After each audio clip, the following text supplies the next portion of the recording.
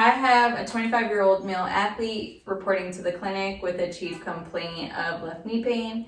And when asked when his complaint started, he notes that he planted his foot and twisted his leg and felt a pop in his knee. And he notes he felt it swell immediately. And he tried to finish the game, but ended up subbing out because his knee felt loose and unstable. So I'm going to choose 4 orthopedic tests that I deem appropriate to perform on this patient to see if we can figure out what's going on with his knee. So the first test I'm going to perform is the Lockman's test, which tests for an ACL tear.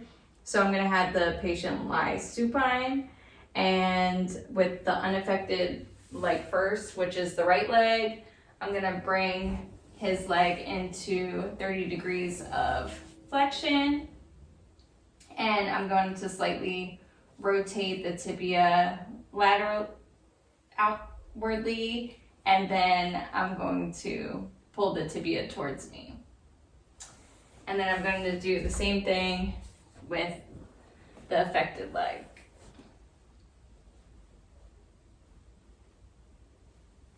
Okay, and a positive finding would be any soft or mushy feeling or gapping greater than the other side.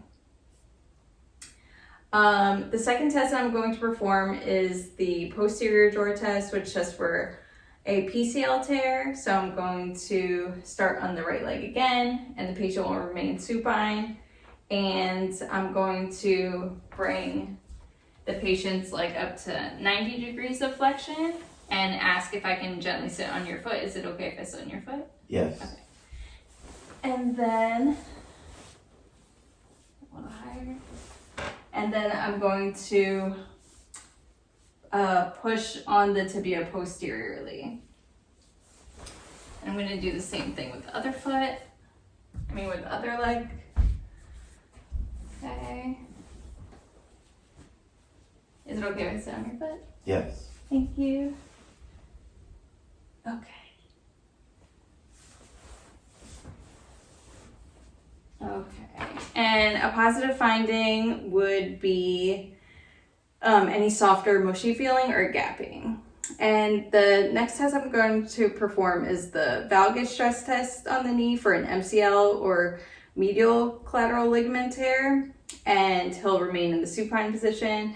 This time his legs will be fully extended, and I'm going to lift his leg by his ankle and then place my leg on his femur. And then I'm going to externally rotate it slightly and do passive abduction. And then I'm going to put his knee into 30 degrees of flexion and then do the same thing. Okay, then I'm going to do the same thing on the other leg.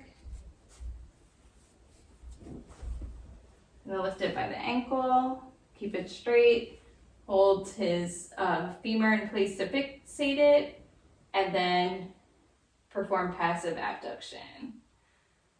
And then the same thing with 30 degrees of flexion.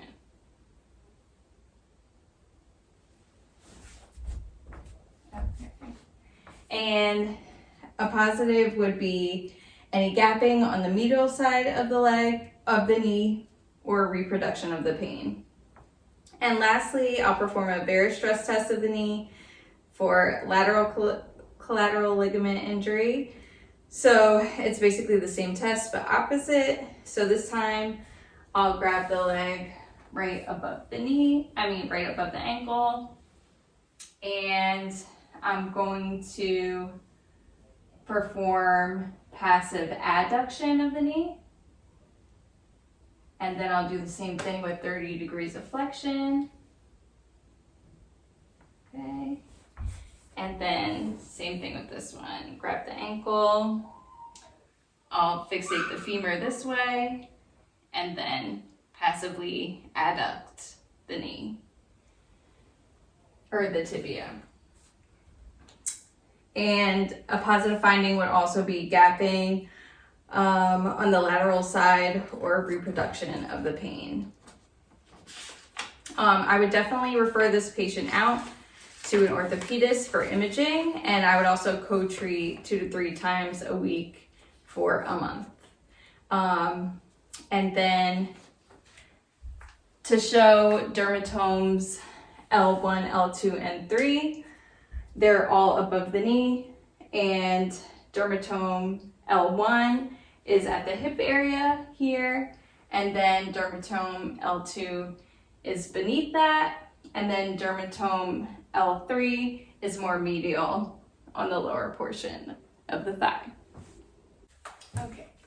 A 20-year-old female athlete reports ankle pain and instability. She notes that she felt her foot roll in during practice, and she notes that she rolled her ankle many times throughout her athletic career, but this is the worst that has ever happened.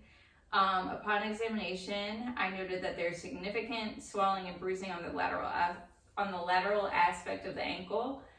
So I'm going to start my orthopedic testing with the Talar tilt test, which tests for a lateral ankle sprain. So I'm going to have their patient seated with their feet dangling off of the table, and I'm first going to put the patient's foot in plantar flexion, and then I'm going to invert the calcaneus. Next, I'm going to put their foot in anatomical position, and then I'm going to invert and evert the calcaneus. And then finally, I'm going to dorsiflex the patient's foot and then invert and evert the calcaneus. I'm going to do the same thing on the other side.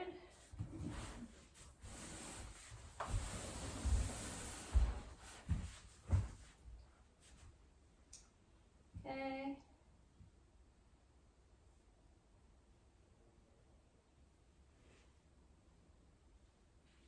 And a positive finding would be excessive gapping on a specific side compared to the other. The next test I'm going to do is a varus stress test to test the integrity of the calcaneal fibular ligament. So I'm actually going to have you lay back a little bit. And then if you could just scooch up a little bit. Just okay. Oh, great. And then I'm going to place the patient's ankle in my hand, and I'm going to stabilize it with my one hand and grab underneath the patient's foot while palpating the medial and lateral ankle. And I'm going to invert the foot to stretch the lateral side of the ankle. And then I'm going to do the same thing on the other side just to see what their normal is. So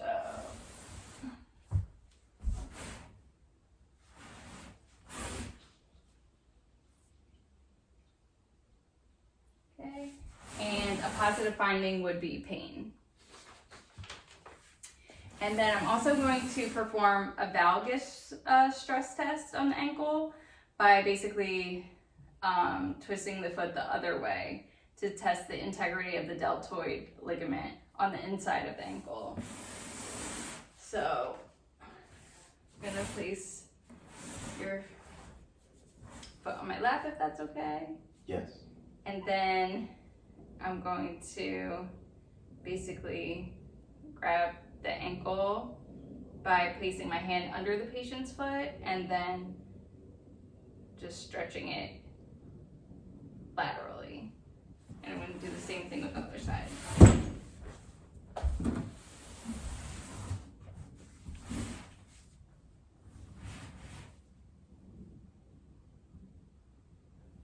And a positive finding would be recreating the pain. And finally, I'm going to do the anterior drawer test, which tests lateral ankle sprain and laxity. And I'm going to have the patient scoot back a little bit more, laying supine. And then I'm going to have you put a tiny bend in the knee. And then I'm going to stabilize the ankle and then grab under the heel, and then have the patient's foot rest on my forearm, and then I'm basically going to just pull the foot towards me. And then I'm going to do the same thing on the other side. Just put a little bend slightly. Hold the patient's foot or heel in my hand with their foot against my forearm, and then pull towards me. And a positive finding would be any anterior translation that's more than the other side, like a notable difference. I would refer this patient out for imaging and would co-treat 2 to 3 times a week, but if only the anterior drawer test was positive, I would probably refer them out to a physical therapist just to strengthen the ankle. And to go over dermatomes L4 and L5, dermatome L4 runs along the inner leg all the way to the big toe, and it mimics the spleen channel. And then dermatomes L5 runs along the outside of the leg to the middle toes, and it mimics the stomach channel. I have a 55-year-old female presenting with chronic hip pain that worsens with prolonged walking, and she notes her complaint is chronic in nature, and she's unsure when it exactly started. She notes it gets worse in cold weather, and she describes her pain as a deep ache. So the first test I'm going to perform is the Faber's or Patrick's test to test for a hip lesion. So I'm going to lift the patient's leg at their ankle, and then I'm going to cross it over their other leg, and then I'm going to put downward pressure on their knee. And do you have any pain in the hip? No. How about the lower back? No. Okay. Thank you. And then I'm going to try it again on the other leg.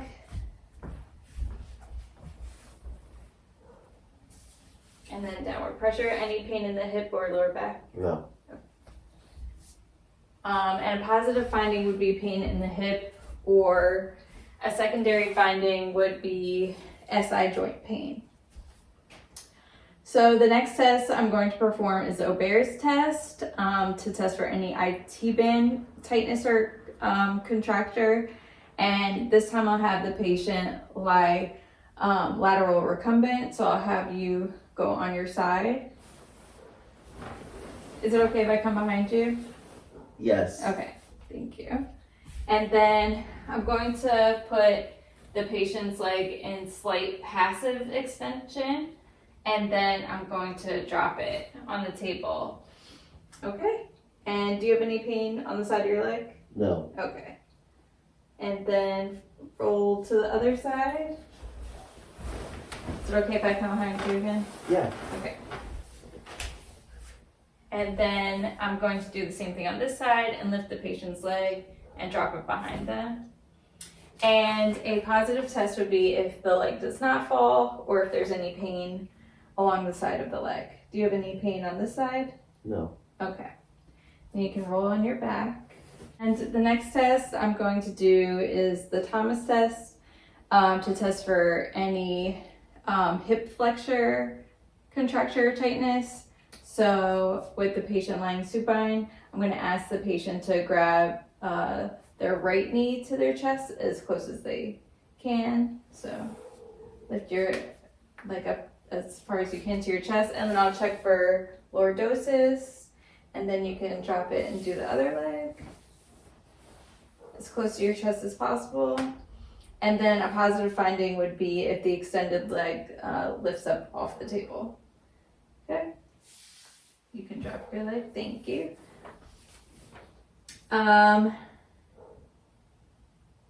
And I'm lastly going to do the Scours test to test for any hip pathology to make sure it's the hip. So I will have the patient remain in a supine position, and this time I'm going to, is it okay if I grab your leg? Yes. I'm gonna grab the knee and put it in 90 degrees of flexion, and then I'm going to press down into the acetabulum. And then I'm gonna do the same thing on the other side.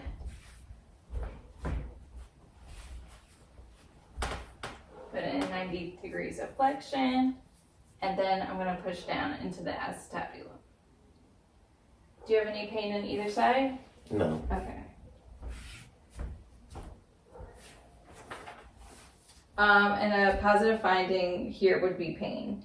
So if the patient did have a positive Scours test, I'd probably refer them out to an orthopedist for imaging. But if all of the other tests were positive besides the Scours test, I would co-treat with a physical therapist 2 to 3 times a week for like a month.